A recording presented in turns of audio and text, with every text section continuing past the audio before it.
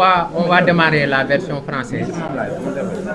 On va entamer d'abord par la présentation. Moi, c'est Abdullah Ngom. Je suis acteur de développement à Yeumbeul, frère de Fallou, membre donc du collectif de défense et de soutien à Fallou dans ces moments difficiles qu'il est en train de vivre. Donc, comme vous le savez, je pense que mars 2020, on est en 2025, en avril. Ça fait plus de 5 ans, jour pour jour, où notre frère est dans des difficultés. Je pense qu'on l'a accusé de viol, jugé dans une première instance, et nous avons interjeté appel. Je pense que les accusations tardent ou peinent à répondre je pense que l'audience de l'appel. Donc mon intervention, je vais l'axer sur 3 points. Le premier point, c'est d'abord revenir sur les causes qui ont prévalu au renvoi. Je pense que nous tous, on sait que la justice, c'est des procédures. Les témoins, les accusés, suivent des règles assez spécifiques. Pour les convocations, pour qu'un témoin puisse venir en justice et témoigner dans un procès, il faut qu'il y ait d'abord la convocation de la justice, que le témoin puisse également disposer à temps de cette convocation et répondre la date indiquée pour le procès. Pour le procès en appel qui s'est tenu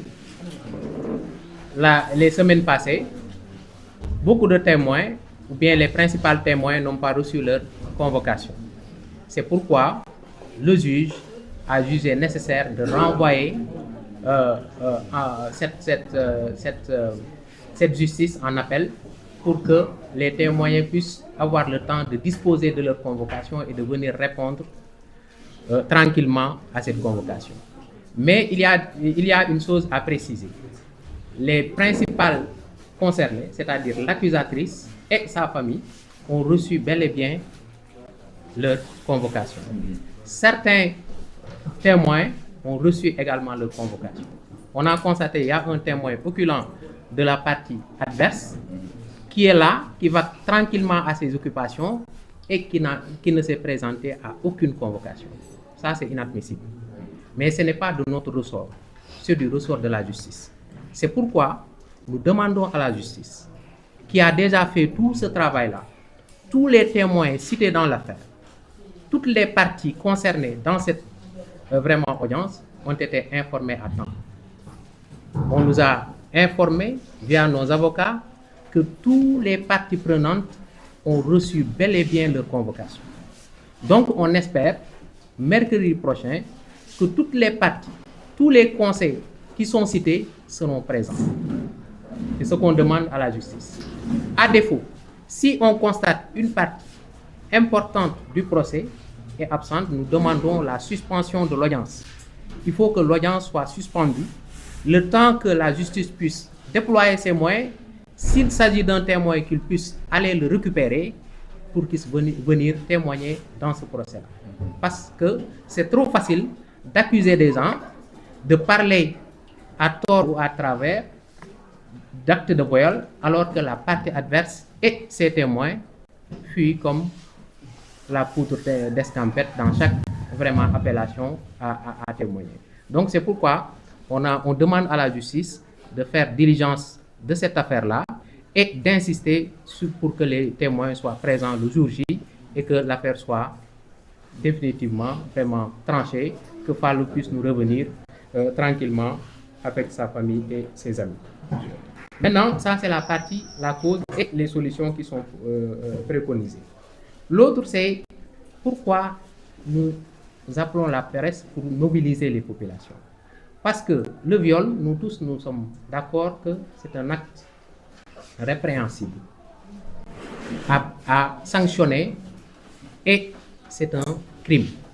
C'est pourquoi aussi ceux qui sont accusés doivent bénéficier de toute la latitude pour justifier des faits qui leur sont reprochés.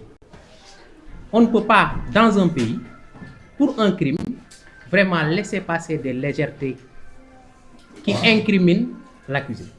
que dans le cas de Fallou, nous avons constaté qu'il y a une légèreté notoire et qu'il y a des manquements graves qu'il faudrait que la justice puisse vraiment prêter attention pour que ces choses-là ne se répètent pas. C'est pourquoi nous tous, jeunes, femmes, adultes, enfants, vous voyez nos mamans qui sont venues, vous voyez nos sœurs, vous voyez cette salle est bondée de monde parce que nous tous, nous sommes conscients que dans cette affaire, la justice n'a pas tranché. Si la justice tranche en fonction des preuves qui sont posées sur la table, des témoins qui ont vraiment parlé, on est sûr que Serigne Fallou, le soir du 25 juin, le mercredi 25 juin, sera ici avec nous à Yeumbeul. Donc ça, on n'en doute pas. C'est pourquoi nous appelons l'ensemble de la population de Yeumbeul.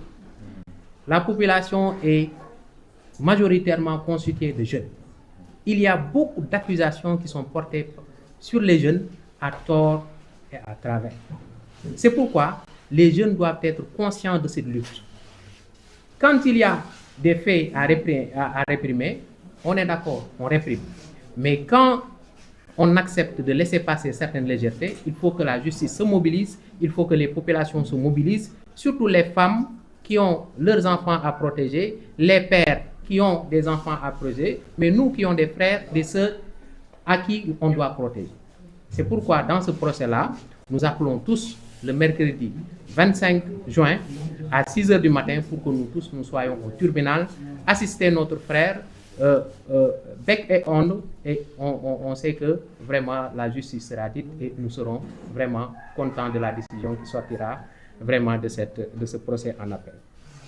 Le crime, le viol doit être criminalisé, mais les conditions de justice et la manière dont la justice devrait être adressée doit être faite avec rigueur, avec toute la rigueur qui sied au niveau de l'enquête, instruction, les preuves, tout doit être passé sous crible pour ne pas commettre une injustice flagrante. Et nous sommes conscients dans cette affaire que Serigne Fallou Fall, on a commis sur Serigne Fallou Fall des injustices qui sont flagrantes. Et c'est pourquoi nous appelons aux acteurs de la justice, nous appelons aux hommes et femmes de la justice, nous appelons aux praticiens de la justice vraiment de prêter diligence à ces conditions de jugement, à ces conditions d'accusation, pour que des individus ne puissent pas passer 5 ans, 10 ans, 20 ans, 30 ans dans une prison, alors qu'au moment du procès, on leur acquitte, simplement on leur dit qu'ils n'ont rien fait. Ça aussi, il faudrait vraiment que la justice prête diligence et traite ces questions avec beaucoup de rigueur et de patience. Donc c'est ce que j'avais à dire. Sinon, remercier l'ensemble des acteurs qui ont quand même fait de ce combat leur combat. On a témoigné tout à l'heure des femmes qui habitent hors de Yeumbeul, hors de la banlieue, mais qui se sont joints au combat parce qu'ils se sont sentis visés. Ils ont considéré Fallou comme leur frère, comme leur neveu, comme un membre de leur famille. C'est pourquoi ils se sont mobilisés, ils ont donné des terrains à Fallou, ils ont commis des avocats pour défendre Fallou, ils ont fait tout. Je ne parle pas de ceux-là qui habitent avec Fallou, nos mamans qui sont derrière, les jeunes qui sont ici à Yeumbeul, qui sont partout au Sénégal et qui se sont mobilisés pour défendre Serigne Fallou. À cela, je pense que la famille remercie énormément.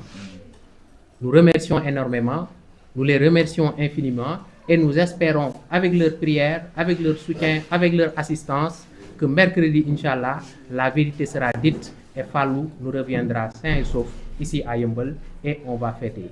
Maintenant, la chose que je vais dire, c'est-à-dire qu'il faut alerter parce qu'il y a beaucoup d'accusations qui se font. Les gens qui sont ici sont des personnes responsables. Il n'y a pas de risque de trouble à l'ordre public, il n'y a pas de risque de faire de la violence. Parce que ces jeunes que nous voyons ici, c'est des jeunes qui sont éduqués. C'est des jeunes qui sont des croyants. C'est des jeunes qui sont disciplinés et qui savent ce que la loi nous permet de faire et ce que la loi ne nous permet pas de faire. Donc il n'y a pas lieu vraiment à faire des accusations contraires qui puissent nuire vraiment la défense de Fallou, qui puissent nuire la population qui est prête à aller le mercredi au palais de justice pour assister Fallou. Ça, je rassure les autorités, je rassure les forces de l'ordre que nous sommes là, nous vaquons tranquillement le mercredi au tribunal et nous rentrerons tranquillement avec la victoire, certes avec la gaieté de peur. On peut jubiler, mais dans les respects de la loi, dans les respects de la sécurité, sans heurts ni trompette. C'est ce que je voulais dire. Merci beaucoup. S'il y a des questions, je suis disposé à vous. C'est bon.